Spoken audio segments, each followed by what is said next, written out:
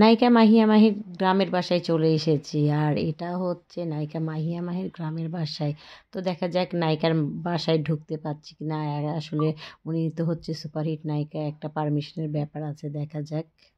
Guys আসসালামু আলাইকুম, সবার কী অবস্থা? আশা করি সবাই ভালো আছেন। আলহামদুলিল্লাহ আমিও ভালো আছি। তো আমার সঙ্গে ফুল ভিডিওটা দেখতে হবে, কারণ ভিতরে যেতে পারছি কি না, এই সুন্দর বাড়িটা দেখাতে পারছি কি না আপনাদের, এই জন্যে আপনাদেরকে ওয়েট করতে হবে। আর এই ওয়েট করতে করতে আমাদের আসলে সন্ধ্যা হয়ে যায়, কারণ বাসার ভিতরে কেউই ছিল না। যা যিনি দেখাশোনা করেন উনি আবার একটু বাইরে গিয়েছিলেন, আর এই জন্যে আমাদের লেট হয়ে যায় বাসায় ঢুকতে।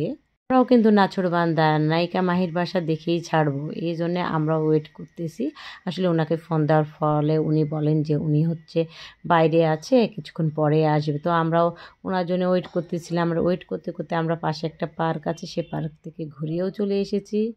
বাসাটা কিন্তু ভীষণ সুন্দর, আমার অনেক অনেক ভালো লাগে। আসলে বাসার যখন নতুন কাজ চলছিল তখনও আমরা এসেছিলাম, তখন তো গেট ছিল না, এই জন্য ঢুকেছিলাম, কিন্তু কমপ্লিট ছিল না। আর এখন তো কমপ্লিট হয়ে গেছে, তো আমরা ফাইনালি চলেও এসেছি বাসার ভিতরে। বাসার ভিতরে ঢুকতে পারছি ভাই, কিন্তু বাসার তো চারিদিকে অন্ধকার, কারণ সন্ধ্যা হয়ে গেছে এই জন্যে। আর এই তো দেখেন আমরা এখন মেন গেট দিয়ে ঢুকবো। আর এই মাহিয়া মাহির গ্রামের বাসাটা অনেক অনেক সুন্দর, আসলে সবাই অনেক পছন্দ করে এই বাড়িটা। আর সবারই অনেক আফসোস যে এই বাড়ির ভেতরটা দেখবো, তো মাহি আপু তো অ্যালাউ করে না সবাইকে, এই জন্য অনেকেই ঢুকতে পারে না। আর এই দেখেন সুন্দর একটা ঝাড়বাতি দেওয়া আছে, আর বাড়িটার ভিতরটা অনেক সুন্দর পরিপাটি করে গোছানো আছে, আমার তো ভীষণ ভালো লেগেছে। আর এই যে সিঁড়ি দিয়ে, এর আগেও যখন কমপ্লিট ছিল না তখনও আমরা সিঁড়িতে ছবি তুলছিলাম, তখন তো উন্মুক্ত ছিল, আর এখন তো প্রাইভেট করা হয়েছে। আর এই তো দেখেন আমি এখন মেন গেট দিয়ে বাসার ভিতরে যাচ্ছি। আর বাসার ভিতরে ঢুকতে এই সুন্দর একটা ঝর্ণা আপনাদের চোখে পড়বে। ঝর্ণাটা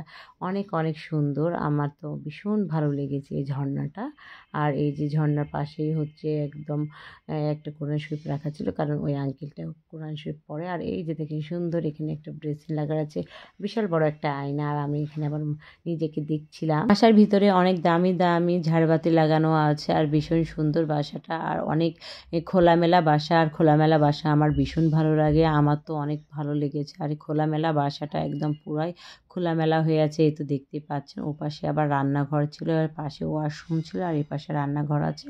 রান্নাঘরটা যেহেতু ওনারা থাকেই না, এই জন্য এখানে খোলা একটা রান্নাঘর, রান্নাঘরটাও বেশ সুন্দর আছে। আর দেখতেই পাচ্ছেন আসলে কেউ না থাকলে যা হয় বাসার ভিতরটা আর কি। আর এই তো দেখেন, কারণ ওনাদের কেয়ারটেকার দেখাশোনা করে এই বাসাটা। আর এই তো দেখতেই পাচ্ছেন এই ভাইরাল এই ঝর্ণাটা।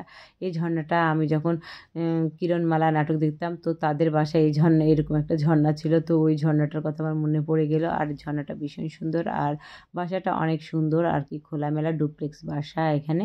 আর ও নিচে অবশ্য কেউ থাকে না, ওনারা দোতলায় থাকে। আর ভিডিওটা কেমন লাগলো লাইক কমেন্ট শেয়ার করবেন। আল্লাহ হাফেজ।